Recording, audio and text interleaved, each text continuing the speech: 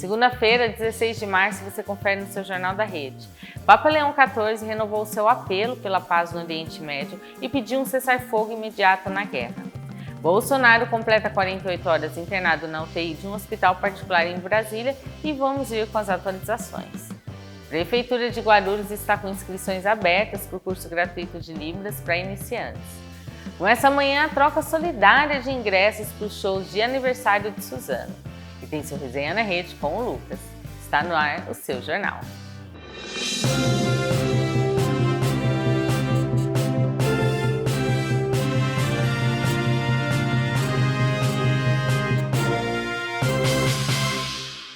Pelo menos 3 países europeus rejeitaram nesta segunda o pedido do presidente Donald Trump para enviar navios militares ao Estreito de Hormuz. Alemanha, Itália e Grécia afirmaram que não vão participar da patrulha da via marítima por onde passa 20% do petróleo mundial. O ministro da Defesa alemão, Boris Pistorius, foi direto ao afirmar que essa não é uma guerra da Europa e que eles não vão se envolver. A tensão no Oriente Médio segue escalando com novos ataques de mísseis e drones disparados pelo Irã contra Israel e países vizinhos. O governo iraniano ameaçou atingir infraestruturas econômicas ligadas aos Estados Unidos caso suas instalações de petróleo sejam alvos de novos bombardeios. Enquanto isso, o Reino Unido e a França ainda não decidiram se vão atender à pressão de Trump para formar uma coalizão internacional. Para tentar conter a alta nos preços dos combustíveis, a Agência Internacional de Energia anunciou a liberação de quase 412 milhões de barris de petróleo dos estoques de emergência. Essa é considerada a maior ação coletiva já realizada para equilibrar o mercado global. Em Israel, novos ataques atingiram a região de Tel Aviv nessa madrugada mesmo, causando danos em 23 locais e reforçando o clima de guerra total na região. Agora vamos falar do Papa Leão XIV. Ele renovou nesse domingo seu apelo pela paz no Oriente Médio e pediu um cessar-fogo imediato na guerra, que já entra no seu 16º dia. Durante a oração de Ângelus no Vaticano, o pontífice descreveu o sofrimento dos povos da região como uma violência atroz e fez um apelo direto dos responsáveis pelo conflito para que reabram ali os caminhos do diálogo. O Papa também expressou preocupação com a situação no Líbano, onde o conflito se intensificou na fronteira. Apesar do tom emocionado, especialistas observam que o Papa americano adota uma estratégia diplomática cautelosa para evitar um confronto direto com o presidente Donald Trump. Diferente do seu antecessor Francisco, Leão XIV tem evitado citar nominalmente os Estados Unidos nas suas críticas, deixando que cardeais e bispos americanos se manifestem com mais firmeza sobre a legitimidade moral da guerra. O Vaticano reforça que o Papa busca atuar como construtor de pontes num mundo polarizado. Dentro da igreja, enquanto alguns setores sentem nostalgia da abordagem direta de Francisco, a cúpula da Santa Sé, ela defende que o pontífice mantenha um ponto de vista forte, mas expresso de forma mais institucional. Uma viagem à ilha de Lampedusa está agendada para o dia 4 de julho, data da independência dos Estados Unidos, que tem sido interpretado por alguns como um gesto simbólico sobre a crise dos imigrantes, embora o Vaticano negue qualquer mensagem política direta ao governo americano, mas é muita coincidência também, né, gente? Vamos combinar aqui. Agora a gente vai falar do cenário político no Peru, que foi abalado nesse domingo com a morte do candidato à presidência Napoleón Becerra em um acidente de trânsito. O político, que representava o Partido dos Trabalhadores e Empreendedores, o PTE, estava a caminho de um ato de campanha quando o veículo em que viajava capotou. O acidente ocorreu nas proximidades da cidade de Ayacucho, no sul do país, e as causas ainda estão sendo investigadas pelas autoridades locais. O candidato tinha 61 anos e chegou a ser socorrido pelo prefeito do distrito de Pilpichaca, mas teve a morte confirmada assim que chegou ao posto de saúde. Outras 3 pessoas que acompanhavam Becerra ficaram feridas e estão sob cuidados médicos. O Juizado Nacional das Eleições lamentou o falecimento e desejou recuperação dos feridos. Becerra aparecia ali nas últimas posições das pesquisas numa disputa que conta com mais de 30 candidatos. As eleições no Peru estão marcadas para o próximo dia 12 de abril e o favorito nas intenções de voto até o momento é Rafael Lopes Aliaga. A tragédia interrompe a trajetória do líder centrista e coloca o país em luto durante esse período eleitoral. É mais uma notícia de impacto no continente que reforça a instabilidade política na região andina nesse ano de 2026. Vamos vir para o Brasil e falar do ex-presidente, no caso Jair Bolsonaro? Bolsonaro completa 48 horas internado na UTI em um hospital particular em Brasília, após ser diagnosticado com a broncopneumonia bacteriana bilateral. Nesse domingo, o quadro evoluiu com estabilidade e houve uma melhora na função renal, mas os médicos seguem alerta devido à elevação dos marcadores inflamatórios. A equipe decidiu ampliar o tratamento com antibióticos e intensificar a fisioterapia respiratória e motora. Bolsonaro foi levado ao hospital na sexta após passar mal na Papudinha, onde cumpre prisão. Relatórios médicos mostram que a situação se agravou rapidamente na manhã de sexta, quando a saturação de oxigênio caiu para 82%. Atualmente, o ex-presidente se alimenta com dieta pastosa e recebe oxigênio via catéter. A defesa aguarda um laudo médico para entrar com um novo pedido de prisão domiciliar humanitária. Os filhos do ex-presidente Flávio e Carlos Bolsonaro visitaram o pai e afirmaram que o estado ainda é considerado grave. Segundo Carlos, os antibióticos fortes podem sobrecarregar os rins, o que exige monitoramento constante e não há previsão de alta. E a expectativa é de que ele permaneça internado por pelo menos uma semana. O senador Flávio Bolsonaro reforçou que o risco de novas broncoaspirações é a maior preocupação da família no momento. Vamos falar de um grupo de ciclistas, eu não sei se vocês viram nas redes sociais, ele chamou a atenção de quem passava pela Avenida Paulista na noite de sábado durante a realização da chamada Pedalada Pelada. O evento é a versão paulistana do movimento internacional Road Naked Bike Ride, que acontece em diversas cidades do mundo há mais de 2 décadas. Os participantes pedalam nus ou seminus para simbolizar a fragilidade e a vulnerabilidade de quem utiliza a bicicleta como meio de transporte no dia a dia. A concentração ocorreu na Praça dos Arcos, na região central da capital, e seguiu pela Avenida Paulista e Rua Augusta até a Praça Roosevelt. Segundo os organizadores, o ato é uma forma de dizer que o corpo é a única proteção do ciclista e cobrar mais segurança e respeito nas ruas. Além do protesto visual, muitos participantes pintaram mensagens no corpo contra a violência no trânsito e pela ampliação das ciclovias, principalmente nas costas, para o pessoal verificar, poder ler as mensagens. Vídeos e fotos da manifestação viralizaram nas redes sociais e dividiram opiniões, mas o movimento reforça que o foco é a conscientização. A proposta é fazer com que motoristas e autoridades enxerguem a pessoa que está sobre a bicicleta, muitas vezes invisível no caos urbano. Essa foi mais uma edição do protesto que busca humanizar as relações de trânsito nas grandes metrópoles. No mínimo, chamou a atenção do pessoal e, olha, conseguiram a divulgação aí e eles são sérios. Tanto ciclista quanto os motociclistas, o corpo deles acaba sendo um airbag, É a proteção, eles não têm essa proteção do carro. Vamos ver como que vai ser essa manifestação aí, como que ela repercute no mundo. Vamos vir para o nosso Alto Tietê? A Guarda Civil Municipal de Guarulhos prendeu um homem por violência doméstica na semana passada no bairro dos Pimentas. Após uma denúncia recebida pela Central 153, os agentes da Inspetoria Leste foram até o local e encontraram a vítima com sinais claros de agressão. O indivíduo foi detido e imediatamente encaminhado ao distrito policial para o registro da ocorrência. A mulher recebeu atendimento médico e as medidas protetivas foram acionadas pela equipe. A GCM reforça a importância de que qualquer suspeita de violência contra a mulher seja denunciada pelo 153, que funciona 24 horas por dia. Essa ação faz parte do trabalho de ronda e proteção às vítimas que a corporação realiza em toda a cidade de Guarulhos. Ainda pela cidade, a GCM recuperou na manhã de quinta uma moto Honda XRE 300 no Vale dos Machados. O veículo tinha queixa de furto e foi localizado pelas equipes na rua Pica-Pau após o acionamento do 153. A localização só foi possível graças ao sinal de GPS, que indicou o ponto exato onde a moto havia sido abandonada.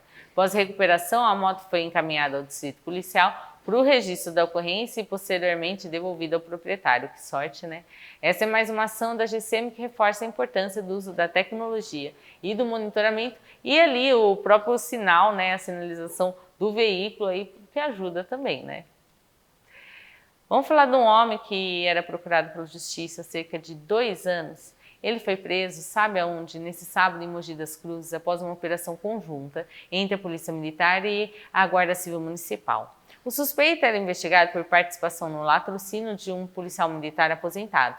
ocorrida em novembro de 2023 no bairro Mogi Moderno.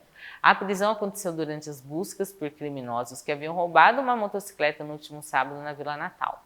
A localização do suspeito foi possível graças ao aplicativo de rastreamento do celular da vítima, que indicou uma área da mata no bairro Cocoeira. Durante o cerco policial, a GCM localizou o homem na região central da cidade, portando um revólver calibre 32. Na delegacia, os agentes constataram o mandado de prisão em aberto e o indivíduo acabou confessando a participação no crime, que vitimou o PM aposentado de 61 anos. Além do procurado, um segundo homem foi detido dentro da mata pela PM também. Os agentes recuperaram a motocicleta roubada no sábado e também outro veículo que era utilizado pelos criminosos e possuía queixa de roubo. Os dois foram levados para a Central de Flagrantes de Mogi e permanecem à disposição da Justiça, enquanto a Polícia Civil segue com as investigações. Ainda na cidade de Mogi, um homem suspeito de furtar uma pá carregadeira da Prefeitura foi baleado no braço por guardas municipais durante uma abordagem no distrito de Quatinga nesse domingo. O equipamento, que pertence à Secretaria de Serviços Urbanos, havia sido levado no dia 9 no bairro Varinhas. O maquinário foi localizado pelo grupamento rural da GCM numa estrada vicinal durante um patrulhamento reforçado na região. De acordo com a secretaria, o suspeito teria avançado contra os agentes e feito menção de sacar um objeto da cintura no momento da abordagem. Os guardas reagiram e atingiram o homem, que foi socorrido e levado ao pronto-socorro. Ele recebeu atendimento médico e não corre risco de morte. A pá carregadeira já foi recuperada e foi devolvida. A ocorrência foi registrada na delegacia para as providências cabíveis e o caso segue sendo investigado pela Polícia Civil. O estado de saúde do suspeito é estável e ele deve responder pelo crime assim que receber alta hospitalar. Vamos falar de uma moto que, um motociclista morreu e uma mulher ficou ferida após uma batida envolvendo a moto e uma caminhonete na rodovia Mogi Bertioga, em Biritiba Mirim, na tarde desse domingo. O acidente aconteceu no quilômetro 82, ali na subida da serra, quando o condutor da moto perdeu o controle em uma curva e invadiu a pista contrária. O homem, que aparentava ter 30 anos, morreu no local, enquanto a passageira de 21 foi socorrida para o pronto-socorro de Bertioga. Segundo a Artesp, 2 pessoas que estavam na caminhonete tiveram ferimentos leves. Por conta da colisão, o trecho na rodovia precisou operar no sistema pare e siga durante o final da tarde, para o trabalho da perícia e a retirada dos veículos. As causas reais da batida ainda são desconhecidas e serão investigadas pela Polícia Civil. Os veículos foram levados para a base da PM após os trabalhos técnicos. O pessoal precisa de muita atenção nesse trecho, né? Vamos falar de policiais militares da 1ª Companhia do 32º Batalhão. Eles prenderam em flagrante na manhã de hoje um homem de 20 anos que invadiu uma residência na Avenida Rio de Janeiro, no Parque Suzano. A equipe foi acionada por vizinhos que perceberam a movimentação estranha por volta das 7h10 da manhã. Ao chegarem no local, os policiais encontraram uma das portas violadas e surpreenderam o acusado ainda dentro do imóvel. Um depoimento ali foi feito com um criminoso que afirmou que invadiu a casa para furtar uma porta de alumínio, acreditando que o local estivesse vazio. O indivíduo já é conhecido da polícia e possui antecedentes por furto de celular em 2024, além de uma prisão por roubo a estabelecimento comercial em outubro de 2025. Na ocasião anterior, ele havia simulado estar armado para roubar itens eletrônicos na cidade. A ocorrência foi registrada no Distrito Policial Central de Suzano, onde o homem foi autuado por furto qualificado e permanece à disposição da Justiça. A PM reforça a importância da colaboração dos vizinhos e do uso do Disque Denúncia, ele é 181, gente, para coibir esse tipo de crime nos bairros. Com mais essa prisão, as forças de segurança tiram de circulação um criminoso e reincidente, né? E no próximo bloco, mais de 2.500 vagas de emprego para a região. E mais, começa amanhã a troca solidária de ingressos para o show de aniversário de Suzano. Fica aí que seu Jornal da Rede volta já já com muita notícia para vocês.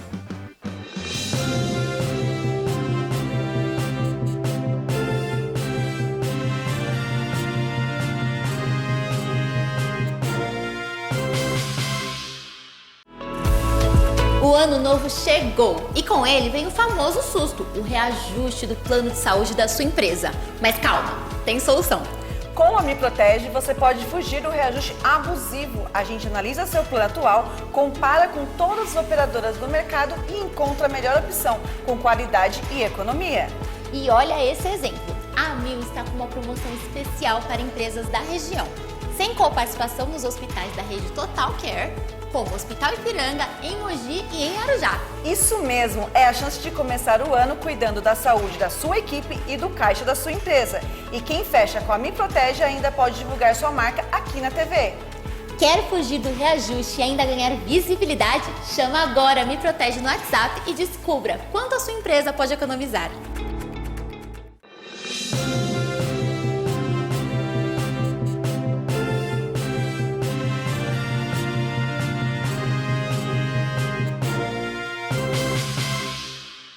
O Alto Tietê começa a semana com excelentes notícias para quem busca aquele emprego novo, né? São 2.599 vagas de emprego disponíveis nesta segunda em 5 cidades da nossa região. As oportunidades atendem a diversos níveis de escolaridade e áreas de atuação, com destaque para Itaquá, que lidera um ranking com 867 vagas abertas pelo programa Itaquá Mais Emprego. Em Mogi, tem 844 oportunidades disponíveis pelo portal Mogi Conecta. Já em Suzano, o Centros oferece 619 vagas em diferentes setores, com cadastro de currículo diretamente no site da Prefeitura. Guararema também aparece com 210 vagas de trabalho em áreas como ajudante geral e balconista, enquanto Arujá completa a lista com mais 59 vagas pelo programa Arujá Emprega. Os interessados podem se candidatar tanto pela internet quanto presencialmente nas sedes de atendimento ao trabalhador de cada município. Em caso de dúvida, as prefeituras disponibilizam telefones de contato, como o 4745-2264 em Suzano e o 4699-1900 em Mogi. Não perca a chance de conquistar o emprego no início ali do ano ainda, né? Ainda estamos no primeiro trimestre, para garantir o emprego para o ano todo, né? Vamos falar de uma ação do Procon de Suzano? Olha, é uma ação especial de atendimento e orientação ao público na estação ferroviária SPTM, entre essa terça e quinta, no dias 17 e 19 de março. As atividades que acontecem das 9h30 às 4 da tarde fazem parte das comemorações pelo Dia do Consumidor. Equipes do órgão estarão no local para esclarecer dúvidas, prestar orientações gratuitas e realizar registro de reclamações dos passageiros. O objetivo da iniciativa é aproveitar o grande fluxo de pessoas na estação para alertar sobre direitos nas compras pela internet e prevenir fraudes em sites falsos. Durante a ação, os consumidores vão receber dicas de como verificar a confiabilidade de plataformas digitais e como analisar também contratos antes da assinatura. A diretora Daniela Tis ressaltou que a presença do Procon em espaços públicos facilita o acesso à informação e evita prejuízos para a população. Além do atendimento itinerante na estação da linha 11 Coral, o Procon segue com os trabalhos regulares na sede localizada na Rua Baruel, número 126, no centro. Os moradores também podem buscar orientação pelos telefones 4744-7322, tem ainda um outro, olha, 4744-7461. A Prefeitura planeja levar o Procon Móvel para outras regiões da cidade ao longo do ano, garantindo que os serviços de defesa do consumidor cheguem a todos os bairros de Suzano. Muito importante, né? Vamos falar da primeira corrida e caminhada do consumidor em Arujá. Olha, ela reuniu muita gente, mais de 1.500 pessoas na noite do sábado, na Avenida Governador Mário Covas. O evento, que marca a Semana do Consumidor, contou com o apoio da Prefeitura e uniu o esporte com ações de conscientização e orientação no Procon local. O clima de festa tomou conta da área central da cidade, integrando também homenagens ao mês da mulher e exposições de artesanato de empreendedoras da região. A programação foi marcada pela inclusão com a largada da categoria PCD abrindo as competições, seguida pelo público geral, que escolheu entre a corrida 5 km e a caminhada de 3. Os vencedores foram premiados com troféus por faixa etária e todos os participantes receberam medalhas. A presidente do Fundo Social, Cláudia Camargo, e o secretário de Esportes, Betinho, destacaram o sucesso da iniciativa, que agora faz parte do calendário oficial da cidade. Além de promover a saúde e a qualidade de vida, a corrida reforçou o potencial de Arujá para sediar grandes eventos que integram a comunidade. A Associação Comercial Empresarial também marcou presença, fortalecendo o vínculo entre o esporte e o desenvolvimento econômico local. Com o sucesso dessa primeira edição, a expectativa é que a prova se torne uma tradição anual para celebrar os direitos dos consumidores e o bem-estar dos moradores. Vamos falar da Prefeitura de Guarulhos. Tem um curso lá que está com inscrições abertas e é muito legal. Olha, é um curso gratuito de Libras, que é a segunda língua mais falada no Brasil, né? Mais, na verdade, gesticulada, né? Com o objetivo de ampliar a comunicação e a inclusão de pessoas surdas na cidade. As aulas são presenciais e ministradas por professores especialistas, abordados desde o conhecimento ali do idioma até a cultura e as especificidades da comunidade surda. O curso é direcionado para diversas faixas etárias, com turmas disponíveis no Adamastor, no CEMEAR e em vários CELs da região. No Centro Cultural Adamastor, as aulas acontecem às segundas, quartas e sextas para maiores de 18. Já no CEMEAR, as vagas são para jovens a partir de 13 anos, muito legal, com aulas sempre às terças no período da manhã. Além da população em geral, a formação também contempla servidores da Secretaria de Educação que recebem certificação válida para evolução funcional na carreira. A iniciativa reforça o direito à educação inclusiva e está alinhada ao Estatuto da Pessoa com Deficiência. As aulas práticas buscam transformar a acessibilidade em uma ferramenta real de qualidade de vida e equidade, no dia a dia da cidade. Os interessados devem procurar as unidades educacionais para verificar a disponibilidade de vagas e garantir a participação nessa qualificação que é fundamental para a nossa sociedade. Vamos falar uma notícia boa agora. O Sistema Produtor Alto Tietê atingiu 51% da sua capacidade nessa sexta, o melhor volume aí registrado em mais de um ano. Os dados da Sabesp revelam que as represas não registram queda do volume há 57 dias consecutivos, refletindo um bom período de chuvas na nossa região. A última vez que o sistema alcançou essa marca foi em fevereiro de 25. A situação atual é considerada melhor que a do ano passado, quando as represas operavam com 46,6% e entraram em uma queda brusca logo em seguida. O sistema é composto por 5 reservatórios entre Suzano e Salesópolis, sendo que a represa Jundiaí e Mogi apresenta o melhor índice com 68,4%. O conjunto de reservatórios é responsável pelo abastecimento de mais de 4,5 milhões de pessoas. Mesmo com os números positivos e recuperação dos níveis, os especialistas reforçam que o consumo consciente deve continuar para evitar novas crises no futuro. O volume armazenado é fundamental para garantir a segurança hídrica durante os meses de estiagem que se aproximam. A Sabesp segue monitorando diariamente cada reservatório para garantir aí o equilíbrio do sistema na Grande São Paulo. Falando de recuperação dos níveis após as chuvas, vamos falar de previsão também? Essa semana teremos dias mais quentes e a presença do sol mais firme. Em Mogi, a terça inicia com nuvens dispersas e temperaturas elevadas. À tarde, o sol mostra sua intensidade, mínima de 16 e máxima de 30. Em Guarulhos, o cenário se mantém com possibilidade de chuva fraca no final da tarde, mínima de 17 e máxima de 32 graus. O Fundo Social de Solidariedade de Suzano começa nesta terça, dia 17 de março, a troca solidária de ingressos para os shows de aniversário da cidade. Ao todo serão disponibilizados 40 mil ingressos sociais, sendo 10 mil para cada um dos 4 dias de festas, que acontece no Parque Municipal Max Pfeffer entre os dias 9 e 12 de abril. Os interessados devem entregar os alimentos no Paço Municipal, no Mercadão ou nos equipamentos culturais, sempre das 9 da manhã às 4 da tarde. Cada dia de evento exige um alimento específico para troca. Na quinta, dia 9, para o show do cantor Leonardo, o ingresso vale 1 quilo de arroz. Na sexta, dia 10, como Lilo Ruff, a doação é 1 litro de óleo. No sábado, dia 11, terá Léo Santana e Maraísa, e a entrada pode ser trocada por 1 quilo de macarrão ou 1 litro de leite. Já no domingo, dia 12, para o show do Roupa Nova, o ingresso vale 1 quilo de feijão. A iniciativa busca unir a celebração dos 77 anos de Suzano com a arrecadação de alimentos para as famílias em situação de vulnerabilidade atendidas pelo Fundo Social. O Paço Municipal fica na Rua Baruel, número 501, no centro, e o Mercado Municipal na 9 de julho. É importante que o morador fique atento aos pontos de troca e os alimentos corretos para cada atração para garantir sua participação nessa grande festa. E a Rede Alto Tietê esteve presente hoje na coletiva de imprensa, marcando os 77 anos da cidade de Suzano, que vem dia 2 de abril, com programação especial desde o dia 1º até o final do mês. Essa troca social faz parte dos shows que vão do dia 9 a 12 do Suzano Music Festival, um show super especial em parceria ali, na verdade, com a programação, feita tudo pela Pilar Organizações. Vão ser dias muito legais e a gente perguntou para o prefeito Pedro Ishi sobre o transporte gratuito para a população poder chegar aí ao Parque Max Pfeffer. Vamos ver o que ele respondeu à Rede Alto Tietê. Manu, obrigado pela pergunta. A gente gente já iniciou já as tratativas, tá?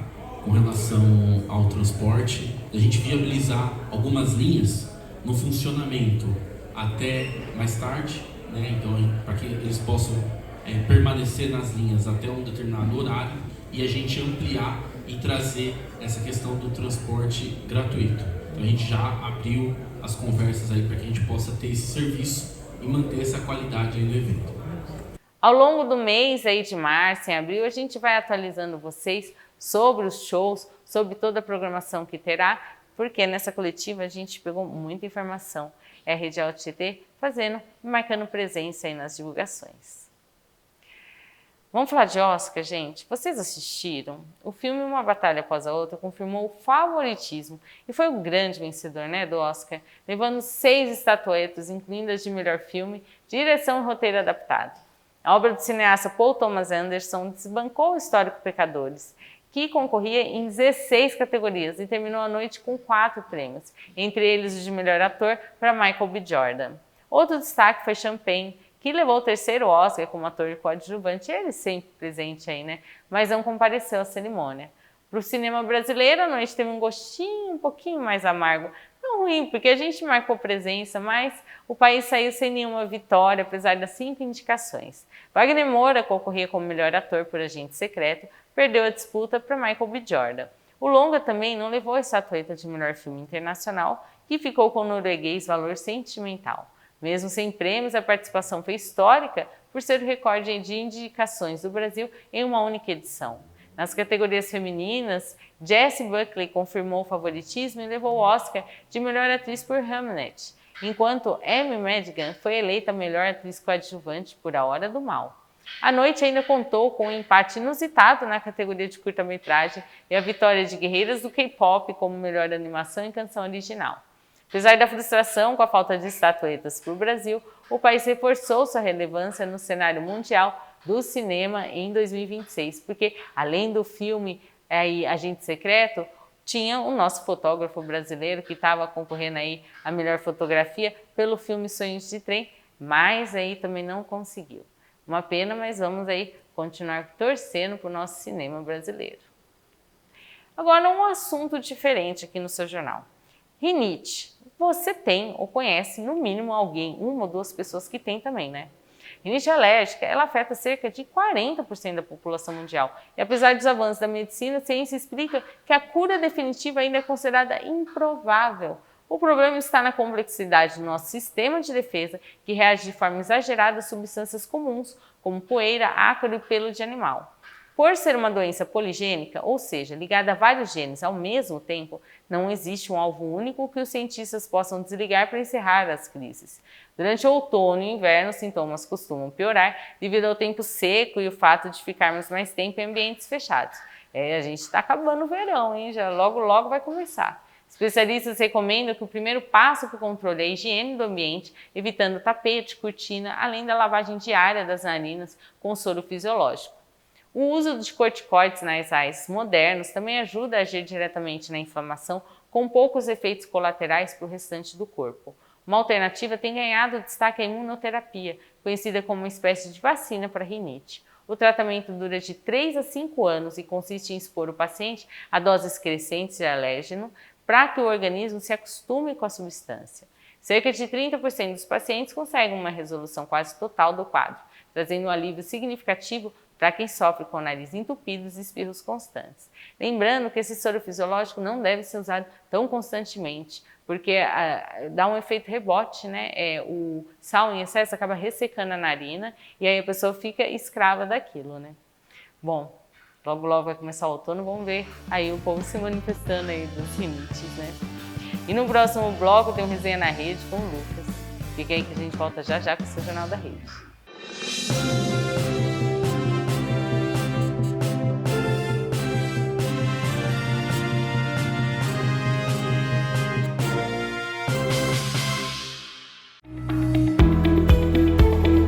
Não espera. Se você quer ser advogado, conquistar a aprovação da OAB, prestar concurso ou construir uma carreira sólida na área jurídica, a hora é agora. A Unisuzano está com inscrições abertas para o vestibular 2026, concurso de direito presencial. uma formação completa, com professores experientes e preparação real para o mercado. E o melhor, com condições que cabem no seu bolso. A primeira mensalidade por apenas R$ 99,00. Bolsas de até 40% mais 20% de pontualidade. E para transferência, 50% de desconto na mensalidade. Condições especiais também para servidores públicos, policiais, bombeiros, GCM, idosos, colaboradores e dependentes. Venha cursar Direito na Unisuzano e aproveite para conhecer os outros cursos de graduação que a instituição oferece. Informações pelo WhatsApp que está aparecendo aqui para você. Unisuzano, seu futuro começa agora.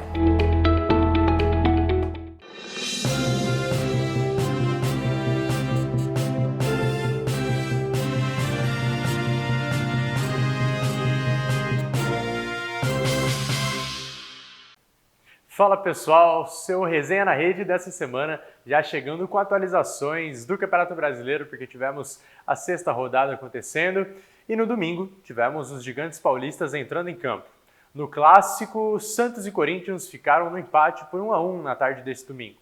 Depois de um primeiro tempo movimentado, com gols de Memphis Depay e Gabigol, as equipes voltaram para a etapa final em outro ritmo e com poucas oportunidades claras. O time da casa precisou segurar o resultado nos minutos finais, após a expulsão de Luan Pérez e a lesão de Vini Lira. O jogador, não pôde ter outro entrando no seu lugar, porque o Peixe já havia feito as 5 substituições, então a equipe terminou a partida com 2 jogadores a menos. Ainda assim, o time de Dorival Júnior pouco levou perigo ao gol de Gabriel Brazão. Com 6 pontos, o Santos ocupa a 13ª posição do Brasileirão, enquanto o Timão subiu para a 6ª colocação com 8 pontos. Tivemos o Corinthians abrindo o placar com um golaço de Memphis Depay, mas acabou levando o empate poucos minutos depois, após uma falha de Gabriel Paulista, e aí o Gabigol, sozinho, só teve o trabalho de tirar do Hugo Souza para deixar tudo igual no placar. E mais tarde, Palmeiras venceu o Mirassol por 1-0 no Allianz Parque, um duelo válido também pela 6ª rodada desse Campeonato Brasileiro. O gol que garantiu a vitória palmeirense foi marcado por ele, Flaco Lopes, levando alegria aos mais de 35 mil torcedores presentes no primeiro jogo do Verdão no Allianz Parque em 2026. Mirassol, que contou com a estreia de Tiquinho Soares, não vence há 4 rodadas na competição. Com o resultado, o Palmeiras chega a 13 pontos e segue na vice-liderança, 3 pontos atrás do líder. E o Mirassol sofreu a 2ª derrota no Brasileirão e permanece no meio de tabela com 6 pontos. Então, Mirassol vivendo um ano mais diferente no Campeonato Brasileiro, depois de um 2025 brilhante. E o Palmeiras segue muito bem e com o Flaco Lopes fazendo o que sabe fazer de melhor, que é botar a bola na rede. De virada, já falando do último jogo já dos paulistas nessa noite, nesse domingo, melhor dizendo, de virada o São Paulo venceu o Red Bull Bragantino por 2-1. E vimos a equipe tricolor seguindo mais líder do que nunca. O jogo que foi disputado em Bragança Paulista começou com Herrera abrindo o placar para os donos da casa, mas o zagueiro Sabino e atacante Jonathan Calleri viraram a partida para o São Paulo.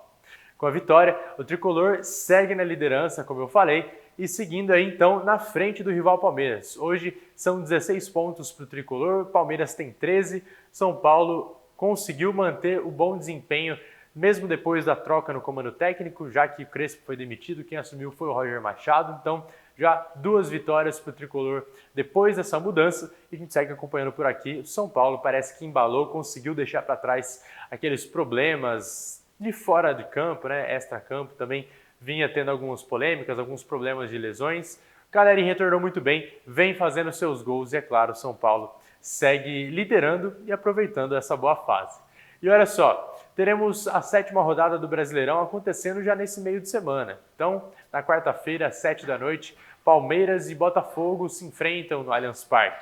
Mais tarde, às 8, Atlético Mineiro e São Paulo são os times que ditam as emoções. E aí, para fechar esses jogos de quarta-feira, às 9h30 da noite, Santos e Internacional se enfrentam na Vila Belmiro. Já na quinta-feira, a rodada continua com Chapecoense e Corinthians às 9h30 da noite na Arena Condá. Esses são os jogos do seu time do coração nessa 7ª rodada do Campeonato Brasileiro. E é claro, a gente comenta mais ao longo da semana. Agora, mudando o panorama, saindo do futebol, é hora de falar de esportes na quadra, primeiro com o basquete, porque o Mogi conquistou uma importante vitória fora de casa ao derrotar o Pato Basquete por 80-72 na noite da última sexta-feira, lá em Pato Branco, um duelo válido pelo Novo Basquete Brasil, nosso querido NBB. O time comandado pelo técnico Fernando Pena começou a partida em ritmo forte e dominou o primeiro quarto, vencendo por 26-13. No segundo período, os donos da casa reagiram e venceram a parcial por 22-19. Mas o Mogi Basquete foi para o intervalo ainda em vantagem por 45-35. Na volta do vestiário, a equipe mogiana manteve o controle da partida e fechou o terceiro quarto em 19-17. No último período, o Pato Basquete tentou nova reação e venceu a parcial por 20-16, mas não foi suficiente para evitar a derrota para o Mogi. Entre os destaques da partida estiveram Charles Hinkle, cestinha com 20 pontos e também 4 rebotes, além de Anderson Barbosa com 9 rebotes e 6 pontos. Paulo Lourenço também contribuiu com 15 pontos, enquanto Vini Chagas somou 10 pontos e 7 rebotes. E olha só, o Mogi Basquete fica aqui um pouquinho de stand-by nessa semana, mas já na sexta-feira teremos o próximo compromisso, dia 20 às 7h30 da noite, contra o Rio Claro Basquete, mais uma vez fora de casa, também pelo NBB. Então o Mogi Basquete vem conseguindo suas vitórias, conseguindo aí ser consistente dentro das partidas e a gente torce para que continue assim. E olha, já que eu falei que temos boas notícias dentro de quadra, mudando de esporte, indo para o vôlei, o Suzano voltou a vencer na Superliga ao derrotar o Juiz de Fora Vôlei por 3-0 na noite do último domingo na Arena Suzano. Os parciais da partida foram 25-22, 25-20 e 25-18. Confronto válido pela nona rodada do segundo turno da Superliga, representava a chance do Suzano retomar uma posição no G8 da competição. O time do Alto GT conseguiu o objetivo com uma atuação segura, impulsionada pelo desempenho dos atacantes. O grande destaque da partida foi o ponteiro Gabriel Pessoa, que marcou 18 pontos e foi eleito o melhor em quadro. Com o resultado, Suzano chega à 10ª vitória na Superliga e agora vai a 29 pontos, subindo para a 6ª posição na tabela. O próximo compromisso da equipe será na segunda-feira, dia 23, às 8 da noite, contra o Saneago Goiás Vôlei, em um confronto direto pela penúltima rodada da fase classificatória. Caso de vitória, Suzano garante vaga nos playoffs com uma rodada de antecedência. Então, agora é hora de torcer mais do que nunca por uma vitória do Suzano Vôlei, para quem sabe já garantir aí, já despachar, tirar esse peso das costas, porque a gente sabe como que funciona. Às vezes vai adiando a classificação, chega no final, a situação fica complicada. Então, ficamos na torcida pelo Suzano Vôlei para já garantir essa classificação antecipada, também pelo Mogi Basquete, para continuar aí bem encaminhado no NBB. É isso, pessoal. Seu Resenha na Rede vai ficando por aqui. É claro, retornaremos essa semana com atualizações dos resultados, as preparações de Mogi Basquete e Suzano Vôlei também pelo que virá. E é claro, você fica por dentro no seu jornal de todas as notícias da região, do Brasil e do mundo. Um abraço, pessoal. Nos encontramos mais tarde. Até mais.